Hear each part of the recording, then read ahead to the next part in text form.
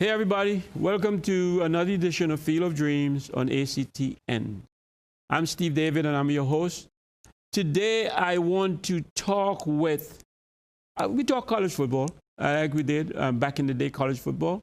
And we have one of the kids from the present day. But I've got a special group guys here from the St. Mary's College.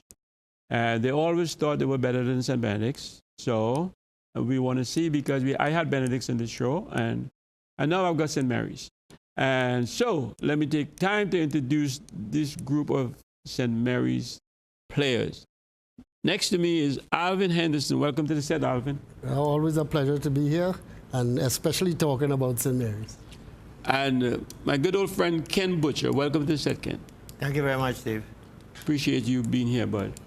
And I didn't know Alvin had a brother called Barry, and this is Barry Henderson. Welcome to the set, Barry. Thanks. Nice to meet you. And next to Barry is Elijah Ban Harris. Am I pronouncing that right? Well, Bain, he's a Bain. Yeah. Bain Harris. All right. Thank you for being here, Elijah. Thanks for having me on the show. And you were the present team, right? I was on the You was on the last present team? Yeah. Present team, yeah. What did you guys do this year? Or last year? This year it was a tough year, I would say, for the team.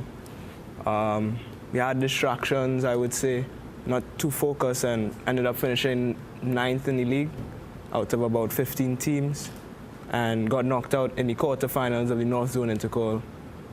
St. Anthony's beating us 1-0. You Yeah. heard about these guys, these old guys here, and what they have done and stuff?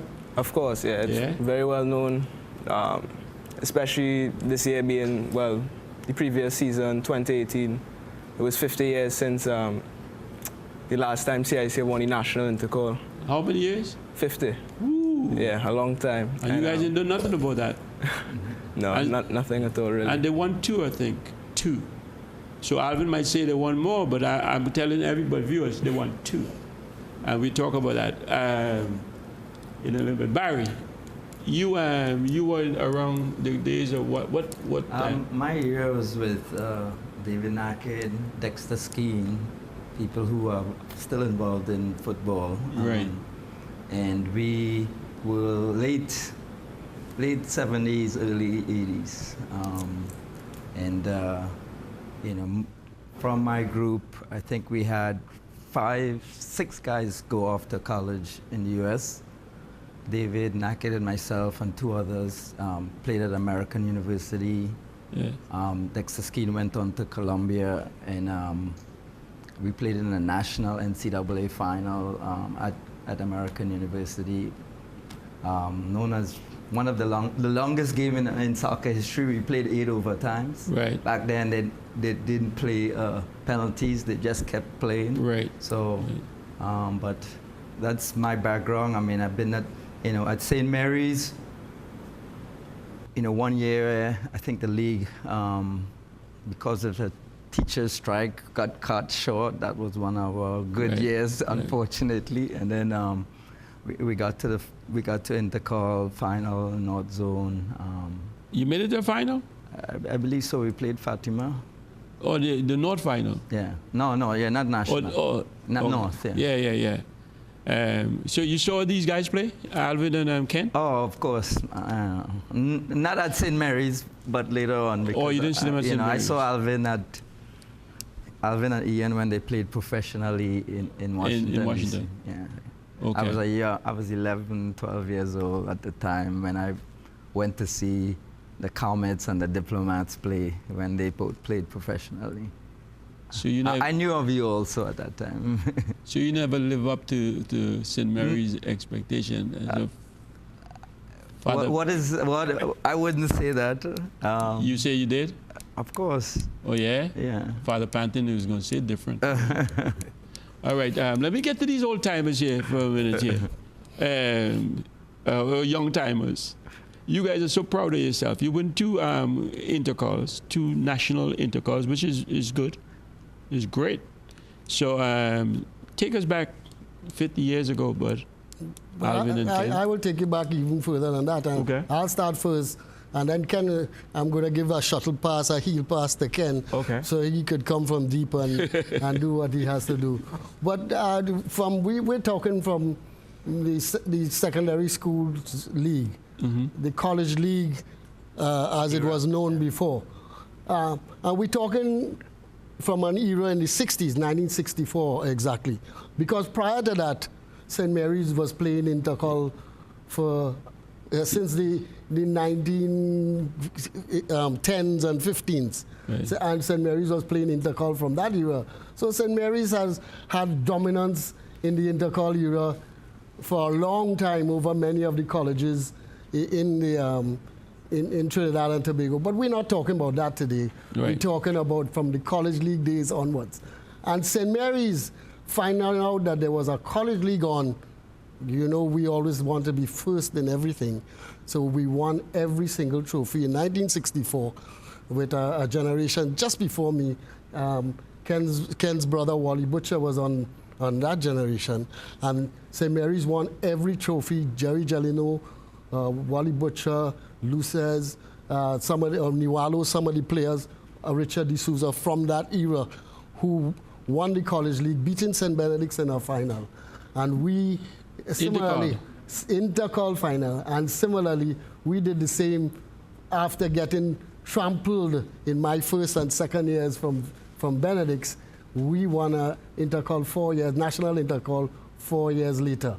But the thing I want to emphasize, I hear you telling Barry, well, you didn't achieve what you were supposed to achieve. St. Mary's is earmarked to produce student athletes. That's what we are earmarked to produce. All right, okay. And you'll be hearing a lot more about that as I shuttle my pass to Ken Butcher here. All right, Ken. Burst up your gums and let us hear some more. So I just received a pass from Alvin, a heel pass. What I could say is that, you know, we are rebranding St. Mary's right now in terms of where we go. Over the next 5 years, we want to dominate again in terms of producing student athletes. Right. And really good citizens for Trinidad and Tobago. That's our aim. Right. And if we do that, we will be happy. So what we have done over a period of time here, over the last year actually, a number of us came back to give back to the college. And we have a committee that was formed. Mm-hmm. Brian Gent is the chairman. Mm-hmm. Ian Bain is on that committee. Alvin Henderson. We have Matthew Leach. We had our commissioner of police was also on the committee. Now he's challenged with other things. Okay. And myself. Right. So we formed, with the blessings of the principal, of course, and we formed this committee and we looked at strategizing for the next 5 years. And in the next 5 years, we expect to dominate College football? Not only college football, but in terms of the premier secondary school in the country. All right. And whether it's just football alone, we're using football, the discipline of football, as a model for the other sports as well. Okay. So what we have done so far is that last year, we came together, we developed our plan for the next 5 years, we created our vision, we know exactly what our mission is about, we have our goals, our objectives, and for the first year, what we did last year was to really review what was going on. So we assigned some senior guys to oversee the different divisions. Right. So we had like Ian, for example, Ian Bain, he was with the senior team, I was with the under-16s, and we had other people looking and seeing what was going on as we planned for the second, third, fourth, and fifth year. So after last year, we had a post-evaluation with all our coaches, interviewed them, found out, questioned them, got a greater in-depth sense of where they wanted to be, who wanted to stay with the under-12s, the under-14s, the under-16s.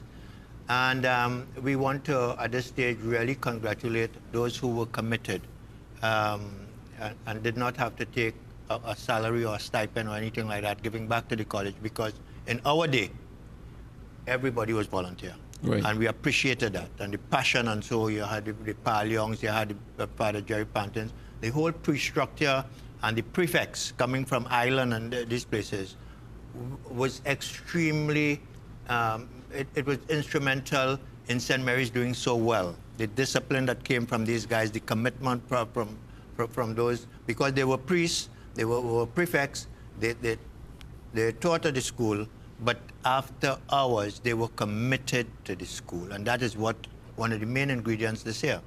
So we reviewed that, and this year we have already streamlined, and we have a pathway for the development of the student athlete.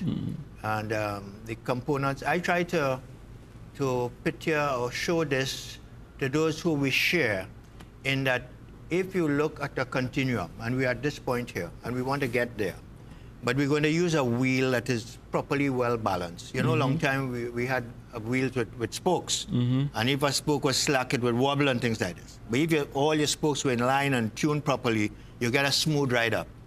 So there are a number of components that we have identified that must be in the wheel, as it were, to take us there.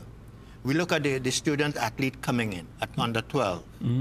We want to develop a greater pool. So at the under 12 level, we have a coach, Damian Cooper, and who was a former player, giving back to the school.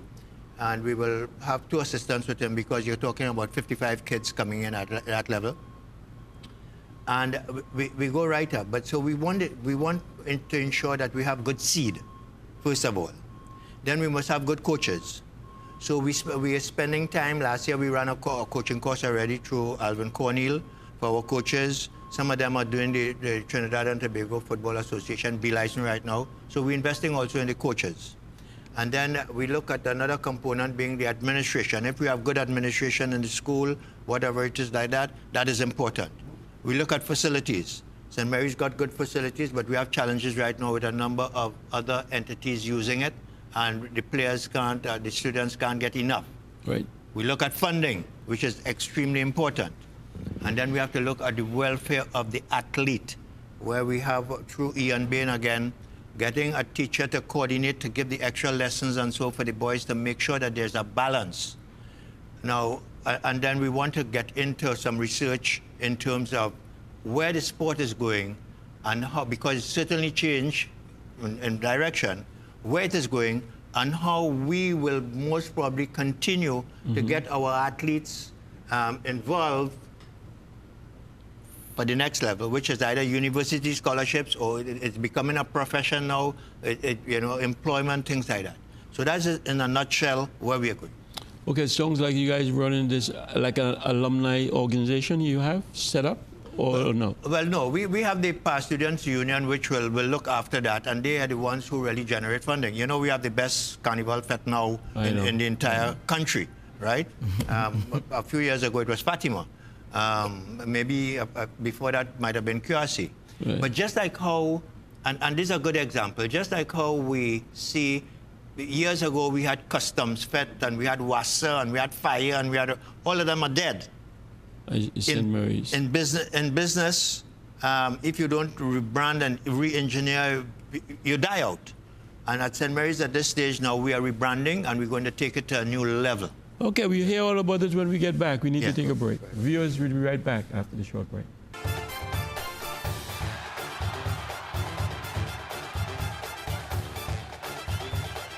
Every Sunday at 2 p.m. on ACTN The Voice, we will be taking you on a journey down memory lane with our Sunday classics. Relive the moments. Bonanza at 2 p.m. Little House on the Prairie at 3 p.m. Gilligan's Island at 4 p.m. Family Matters at 4:30 p.m. Hogan's Heroes at 5 p.m. The Jeffersons at 5:30 p.m. This is Sunday Classics on ACTN The Voice.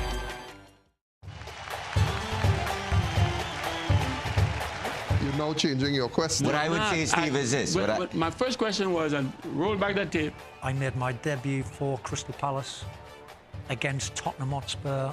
My responsibility was to get the ball and make things happen offensively. All the time we've played together, I've always been the decoy. Welcome to Field of Dreams on ACTN. My name is Steve David, and I'm your host.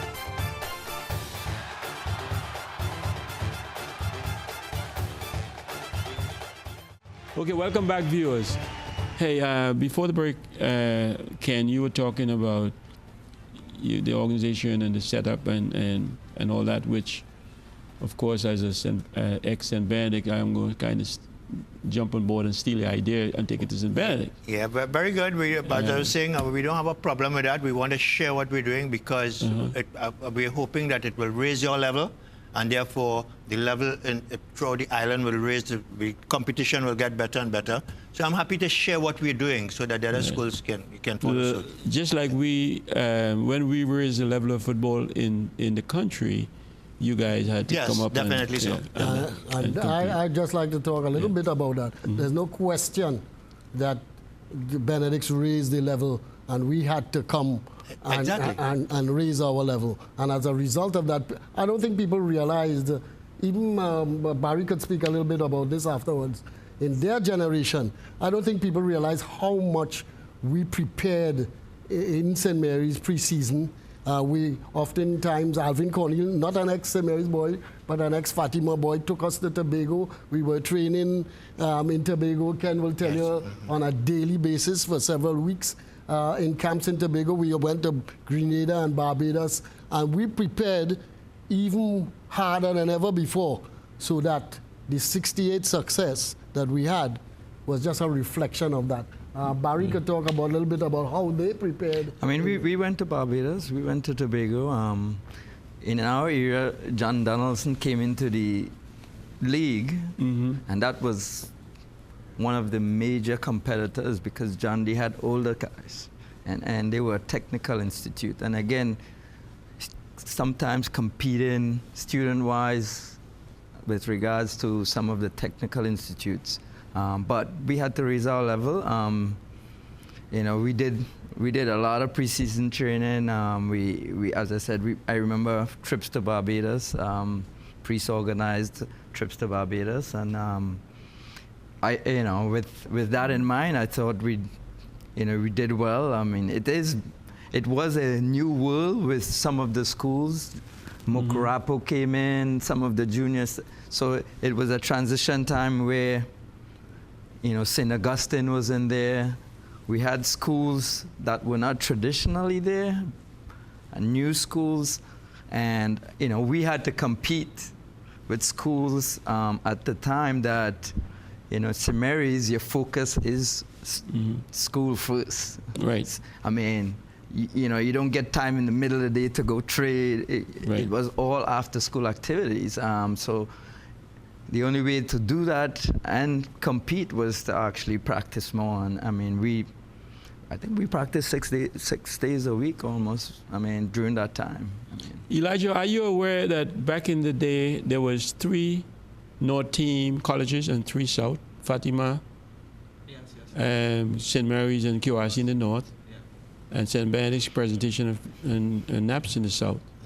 So, 6 of them. 6 colleges, and that's all we can be. But you have a bigger group now that you guys are. Who is your main competitor or your rivals? Like Sheba Boys, or who are those people? Well, you have to look at Naparima and Presentation.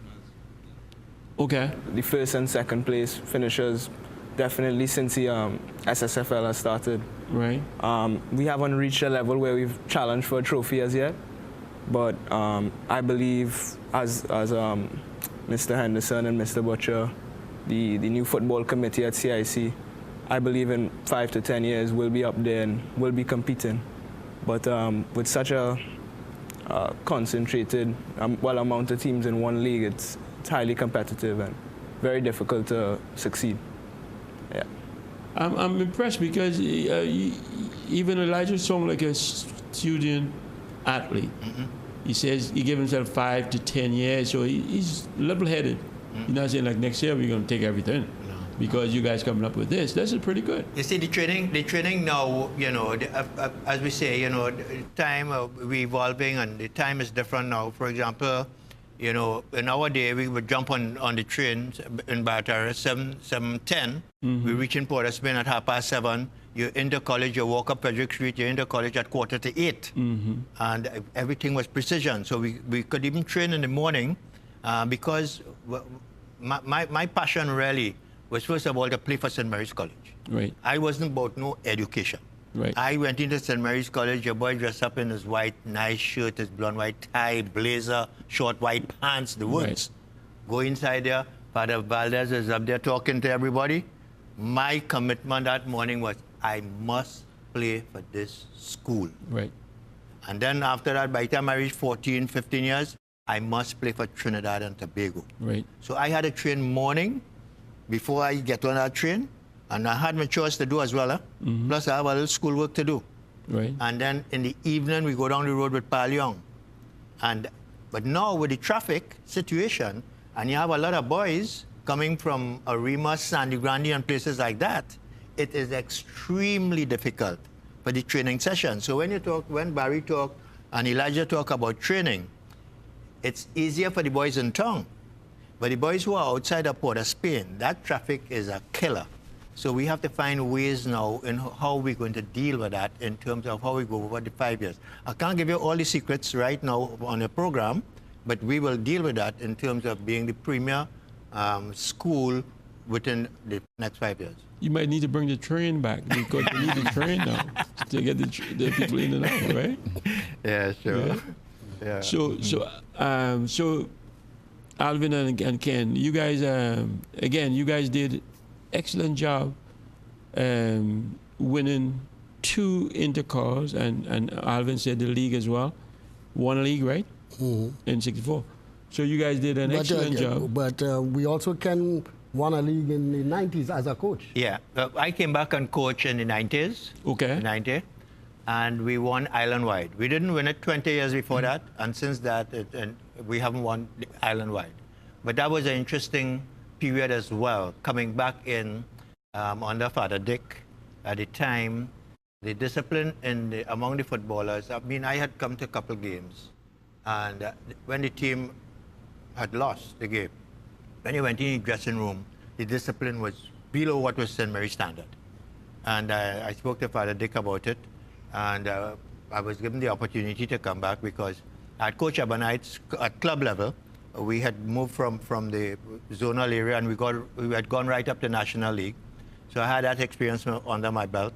I played for Trinidad and Tobago. I had qualified with the United States Soccer Federation, a license. I had my English FA badge, and I had qualifications from the Brazilian Football Academy. So I was well-rounded and everything. And I came back and I worked with St. Mary's. And I shared this with the young boys, the first rounds, we were third from the bottom. Right. And you know when you're losing, you have about 1 million coaches outside there. So they had 1 million of them telling me what to do and whether I should resign or the works. But it wasn't about the ability of the players.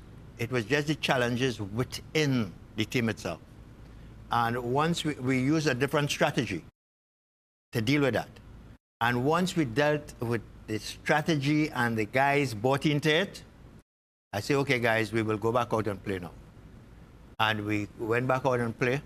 We topped the zone in town. We played the island-wide, and we won. Good. Yeah.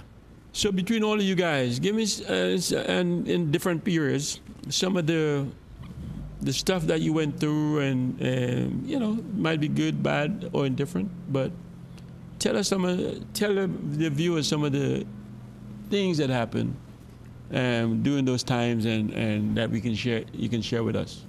Well, I always like there's something that always comes to mind when I think about Intercol and St. Mary's College. One of the things about playing in St. Mary's, there's always a tradition. And this tradition is probably gone by now. But we had a tradition in St. Mary's College when we were playing in an Intercol, either semi-final or final in the north, or even the island-wide final when we played against St. Benedict's. We always went to the college to dress and to change and to pray. Right. St. Mary's, if you're going to St. Mary's, a Catholic school, you have to pray before any activity. And one of the things we had to do was to pray. And I will always remember the sound most times because everybody was in screw pegs. And you had to go into the chapel And we were already dressed to play, some of the players dressed to play, and you'd hear that sound. Everybody's quiet, and the sound on the marble going into the college chapel to pray before we all jump in Father Defoe's van, close the windows, and we sweating. And heat is on, and we head probably 10 minutes down to the Oval. You open up the van and you breathe in the fresh air, and you're ready to go. We were like Vikings coming off a Viking boat, and win, lose, or draw, St. Mary's is going to give you 100% in an intercall. Elijah, you guys do that? Continue to do that, or no? Maybe not as consistent as they did back then, but there are still occasions where we do go and pray before a big match. Yeah. I would say for me, my CIC career, if you want to call it that, there have been many ups and downs. But during the ups, what stood out the most for me, being a CIC student athlete, is the pride. Of playing for CIC. Putting on the blue and white stripes is a remarkable feeling, and going out there and fighting, especially on St. Mary's ground, is something I'll remember for all my life, no doubt. And a lot of my success at CIC has come in the younger age groups. And actually thinking about it, we didn't lose a match on CIC grounds from, I think I would say, my third year at CIC, so under 14, all the way up to lower 6, as in under 14 to under 16, since while I was playing. This last year, playing for the first 11 was a struggle, as I mentioned before. But even when we had our problems and were very close to the relegation zone, we had I guess you could call it a siege mentality, where we were able, our back against the walls, we were able to overcome that and avoid relegation. So I'm always proud to represent, CIC. Okay, good. Barry, when we come back, I need to take a break, but when we come back, I want you to tell me how you felt putting on that shirt for the first time, knowing that Alvin was in that shirt before you. Viewers, will be right back after the short break.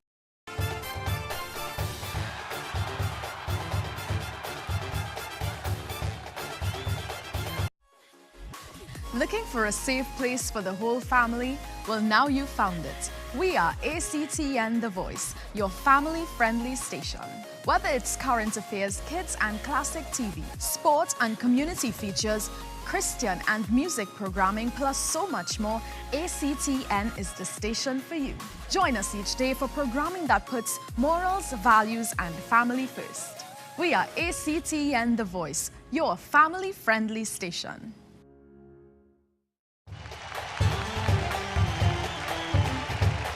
You're now changing your question. What I would say, Steve, is this. My first question was, and roll back that tape. I made my debut for Crystal Palace against Tottenham Hotspur. My responsibility was to get the ball and make things happen offensively. All the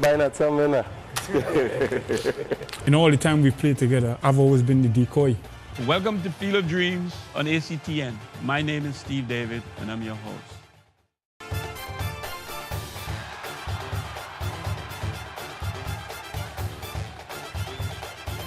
Okay, welcome back, viewers. Before the break, Barry, I was telling you when we put on the shirt for the first time, we was with St. Benedict's was agreeing with the fee. That was like, ooh. How do you feel when you put on that shirt for the first time? I played from under 14 all the way through first 11, but my first year at the senior level, I played second 11 for a little bit when I was maybe in fourth form, but when I finally made that first 11 team, Jimmy Blanc was my first 11 coach. In the subsequent years, it was Bug Mendez and Kenwin Cooper. But putting on that shirt, to this day, I probably still have the same shirt in my closet somewhere. I have not gotten rid of it. Right. And you're talking, I'm turning 56 this year. So it's been a while, but the shirt's still in my closet. The original shirt that I wore. So it's a lot of pride. To this day, there's many good memories. I think one of the fondest memories, even though we lost the game, we were playing St. Augustine at St. Mary's Ground, and the crowd was deep, horses, keeping back the crowd. Right. I mean, that whole atmosphere of, I mean, and you know, I'm from St. Joseph. I knew 90% of the St. Augustine guys because we played down in Cureb all the other time, so it was a big rivalry for me. But the one thing I always remember is if we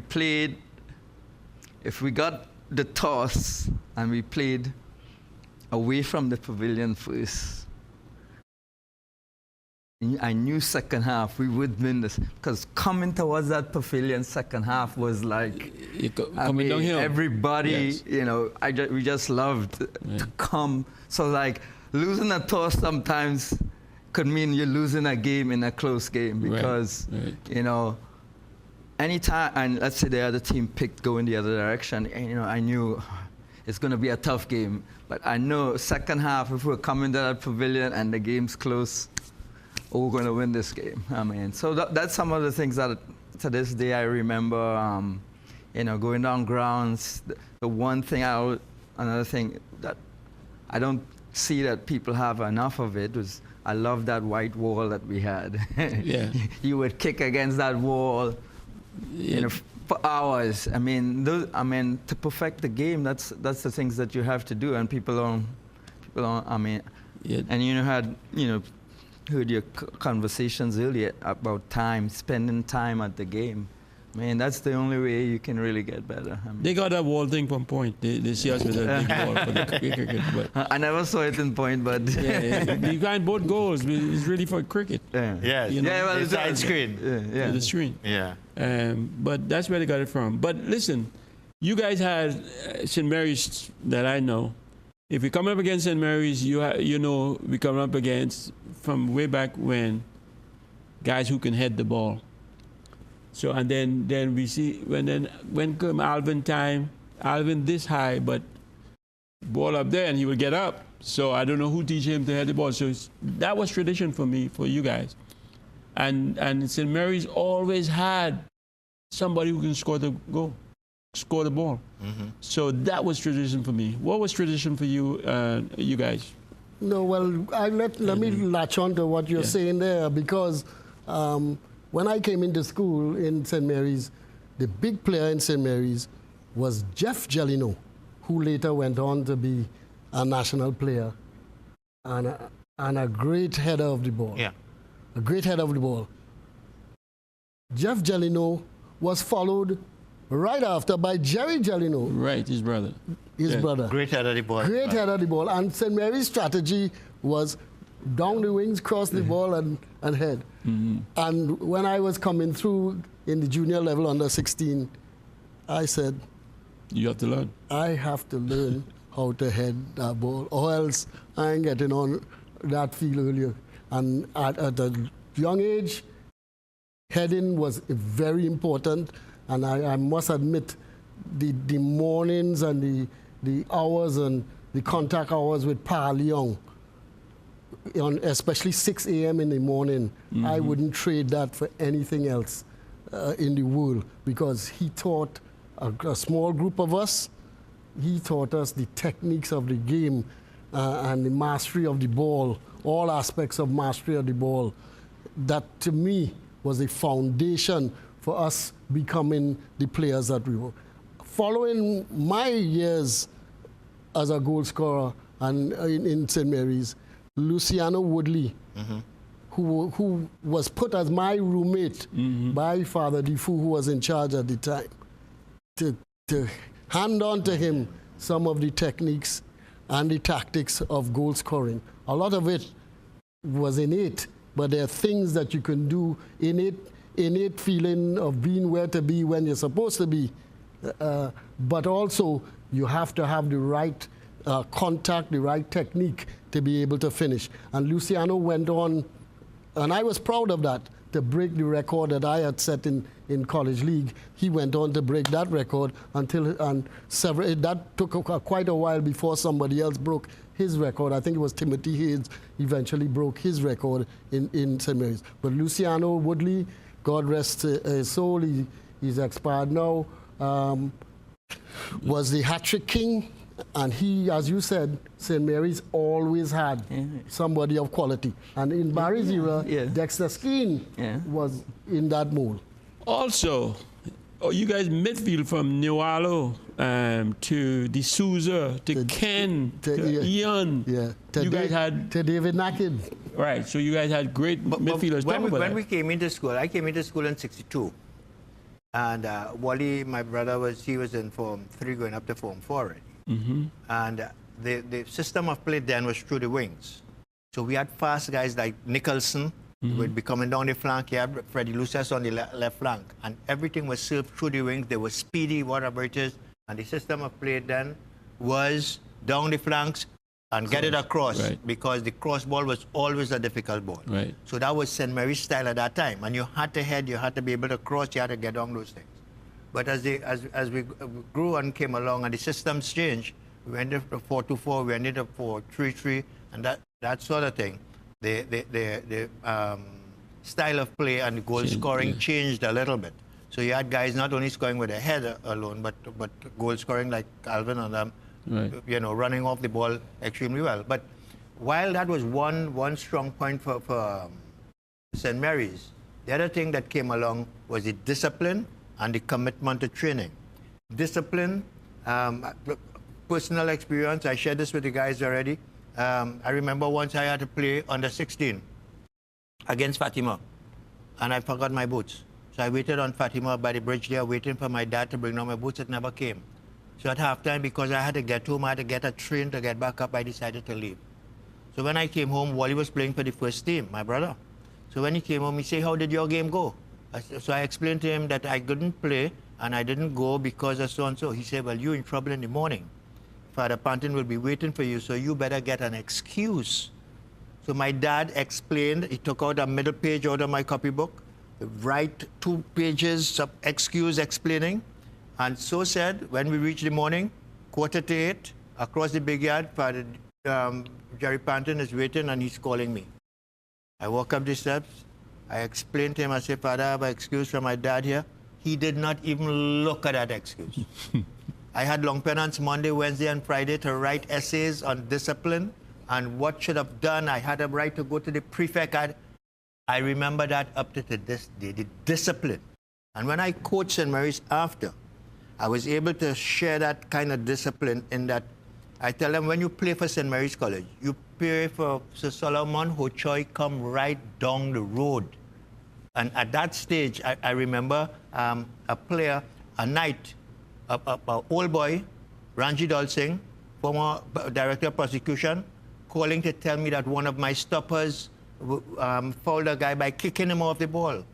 The next session, I called them together. I disciplined him by dropping him, telling him he had to get a red card from me and he would miss the game. We did not care whether we won the game or not because he was a key player. The discipline was important. We need to take a break. Viewers, we'll be right back after the short break.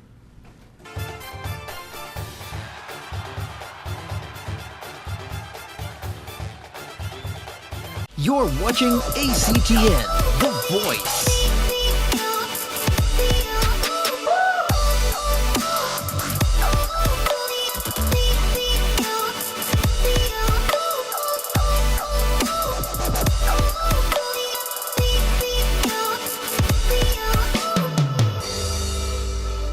ACTN The Voice, your family-friendly station.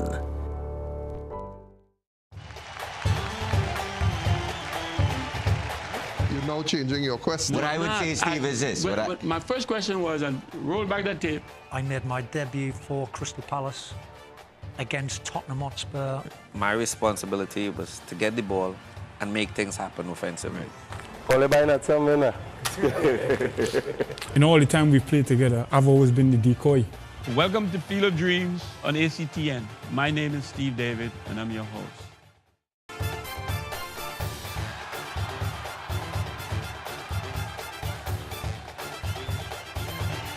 Okay, welcome back, viewers.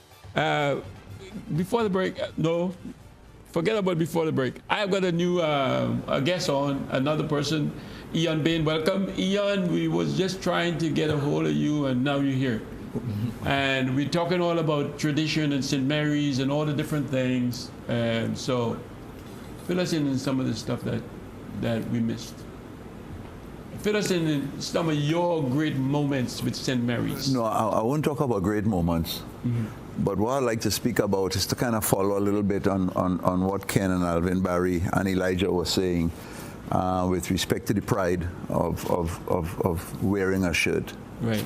Because in your time, you become the keeper of the shirt. Right. 155 years of Trinidad manhood is what St. Mary's represents.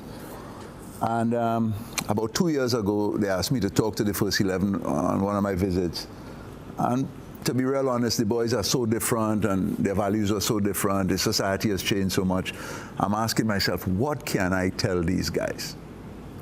And Ken made me remember it. We had gone to a party, I think at Angostura, and a guy who ultimately was our classmate, but he went on to become the Minister of Health, I believe, Emmanuel Hossain. And Emmanuel had, I think, polio. Yeah. And he was telling my wife and myself that night how much he enjoyed coming to the games because he didn't have the physical tools to do, obviously, what we did. He says, and sometimes he says, when you guys pass close to the sideline, man, I would jump in your shirt with you, you know. He says, I know you felt sometimes a little more energy because I was in there pushing you guys, you know. And it struck me that night, what is the responsibility of a First 11 St. Mary's player? And that is what I took to direct my talk to this new generation. And I asked them the question.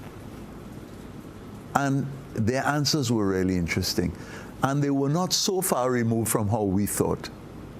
You know, they believed in the colors, they believed in values, they believed in playing 90 minutes, they believed in working hard in practice, and they believed in supporting the younger teams. You know, and the day that Elijah's team played their second under-14 national final, losing the first one, the second final, Alvin was at that game, and 8 or 9 of the First 11 team drove up to El Dorado to see that under-14 team play. And in that penalty shootout, I think their presence made a difference. So just to say the responsibility of being the keeper of a shirt that is 155 years old, and these colors, I think make a difference. No, between the three colleges, QRC, St. Mary's, and Fatima, and you guys were very competitive in the north end because in the south, St. Benedict's, we were just whatever. Steve, you're talking that. Who was the ruler in that year? Who was the ruler? Which one of the college was really the best? Well, Fatima came late with the arrival of Gally Cummins and Earl Foe and Watson. Right. So they had a period that they ruled. Yeah. It was QRC St. Mary's. QRC St. Mary's, yeah, most of the time. Yeah, rivalry right through. Yeah. Because they even had a song with Once a Year in October. Yeah. And that was between QRC St. Mary's kind of thing. Yes. But it was close. I would say the rivalry between QRC and St. Mary's, you know. But yet still, that Fatima period, yes, they were, because of the dominance of Fatima in the north at that time, yeah, and the Fatima meeting St. Benedict's in the south, that created a big national furor that drew. I remember going to Skinner Park and being among 25,000 people there for that final in Skinner Park. Right. So Fatima, yes, they were like little brothers, or some of us used to say little sisters coming coming up. But that period, yes, with Earl Foe, Gally Cummins, Watson, Roger Dupree, and Weeks. Yeah. Those were Johnny Weeks, yeah. Those were they dominated for a few years. They dominated, years, yeah. and they ran face to face with a St. Benedict's team that was dominating us at that time. But QRC would want to say they were the best team in the North. And you guys just used to compete against them the most. I mean. Yeah. Well, when you look at the records back and forth, you would see that there were years that St. Mary's dominated and then the years that QRC dominated. And a lot of it depended on, if you had a golden era of players, players of quality. And those players usually, you could see them far away as under 14 and under 16 coming up to the senior team. And blended with some additional players who had come in from outside, you knew that you could actually predict when the college was going to have a formidable team. But you see also, when you won in the call, I mean, you had to come from the Queen's Park Oval back to St. Mary's College with rhythm section and the works. Right. And then you were on top of guys would be carrying you on top of the neck and that kind of thing like that, and you would come into the big yard and then Father Valdez will announce a holiday and things like that. So right. It was a big thing, a motivating factor for you as well, in terms of, yes, as a youngster coming and seeing this thing, you know that you wanted to be part of this. You were committed to it. Yeah. Let me give you a quick anecdote. Half of my family went to QRC and half went to St. Mary's. Mm-hmm. So there was always that dichotomy there, that separation. So one day Elijah and myself are coming out of Harvard Club, and there were some QRC boys in a meeting. So they're saying, oh God, another Bain, so. So they're asking him, they say, how old are you? He said, well, I'm 11. They say, you did the SCA? He said, yes, he did the SCA. Say, what's your first choice? He says, St. Mary's. He said, what's your second choice? He said, QRC. He said, suppose you get a second choice. He tell them, I'll retake, right? And that is kind of how the thinking was, you know? Right. He knew he had to go to St. Mary's. And because of, obviously, knowing the Hendersons, the Butchers, everybody, all of us, the gents, all of us who played together and remained friends, because really our best and most enduring friendships were the friendships formed on St. Mary's grounds. You know, we all went to weddings. Alvin was my best man. I was his best man. Right. You know, the friendships were tight and they endured. Alvin, I want you to tell us about that special moment in '68, but when they carry you on the shoulder from the Oval to St. Mary's, so the Father whatever. Gary Banton and Father Dick. Father Valdez. Yeah. I would first have to say, let me get rid of the elephant in the room very early. Steve David was not on the Benedict's team. Don't worry about that. Tell us about that. Steve David. But to tell you the truth, we had come through the North Final as underdogs. QRC were the better team that year, and we came through the North Final beating QRC. I think we beat them 2-1. And we are now coming up against St. Benedict's, where everybody was saying, well, St. Mary's had reached their limit, and that was it. And that would have been a good season for us. Right. But because of the do or die spirit that we had, and we had some quality. And Ian those days was giving up the ball sometimes. Yeah, pass. He was passing sometimes. But St. Benedict's was loaded with good players. You did not play because of the problems, the physical problems that you had at the time with your leg. But Brewster was there. Tony Douglas, Leo Brewster. Tony Douglas was there. Yeah. Mikey Hackett was there. Wow. Clibbert Leonard. No, Clibbert didn't play in '68. Played '67. Yeah. True. Didn't play in '68. Yeah. And St. Benedict's had a power-packed team. But we went into the Queen's Park Oval that afternoon and blew them off of the pitch. We beat them. Eventually, score was 4-1. 4-1. I was lucky to get a double on that occasion. And I remember going over to Leo Brewster because we were friends outside of football, because he was on the national youth training team as well. And the colleges team and stuff. Colleges team. I remember going over to Leo Brewster, and I was picking him up because he's lying down distraught on the field.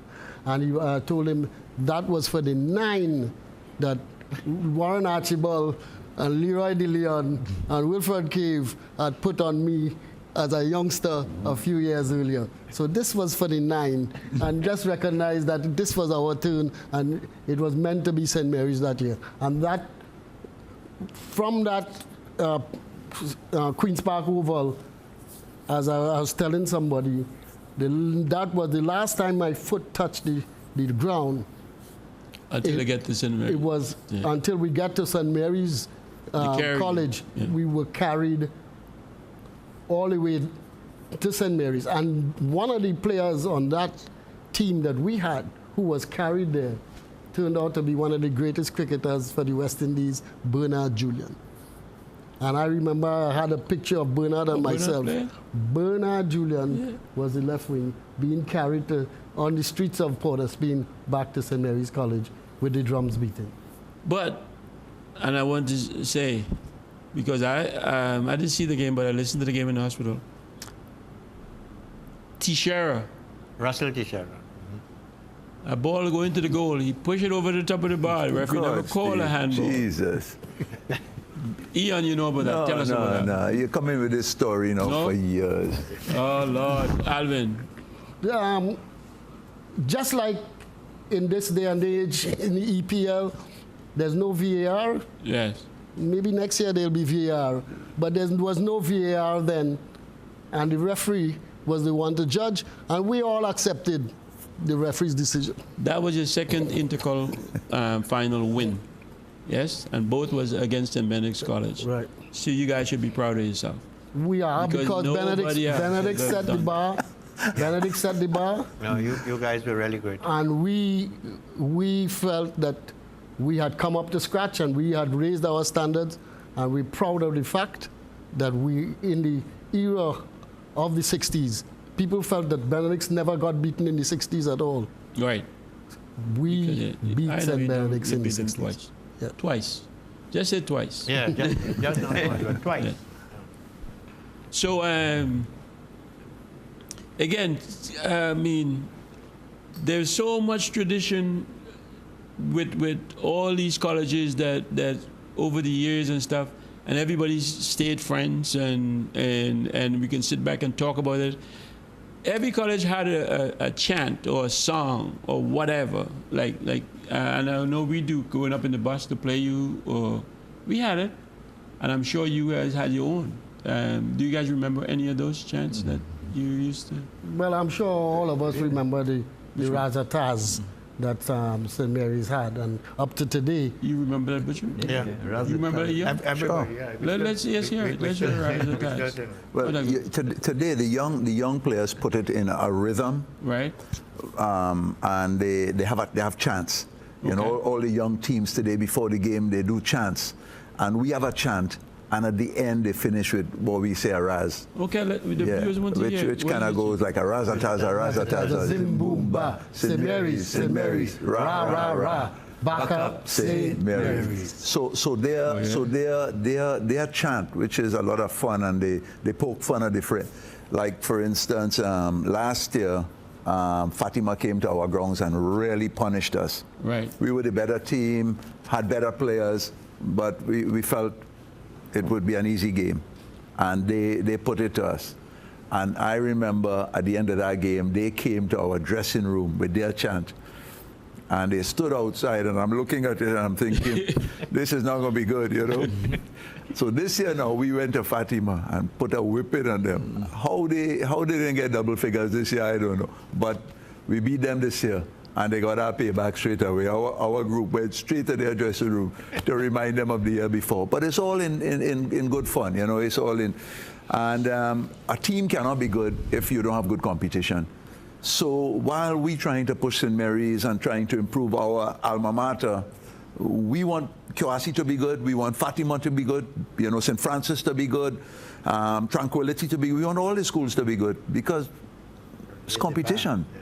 It's competition. It's what makes us better, and so I trust that the league will go on. They seem to have a little more organization and structure, so I hope it goes from one level to the next, and the competition continues to improve. All right, we have a couple of minutes. Ken, I want you, I mean, I know you have a good thing going with what you guys try to form and trying to get going. If you want to talk a little bit more about it, or if you needed to invite alumni or whoever, I'll give you an opportunity to do that. Thank you very much. Well, at this stage, what we are doing is that we're just filling the gaps now in terms of the coaches, because that's an important part of the development for us. We would be recruiting a senior coach, an assistant. We already have one assistant coach for the senior team, but all the other spots are more or less filled. So in terms of the coaching, we would be looking and headhunting for a senior national coach. So we throw that outside there. Senior St. Mary's coach. St. Mary's coach. Yeah. Senior St. Mary's coach. And we're looking for somebody who would be willing to commit to like a 3-year plan or something like that, so that you know they come knowing full well that it's in a development process, that they know where the goal is, that kind of thing. All the old boys, we're asking them to come on board, especially those who are in corporate Trinidad.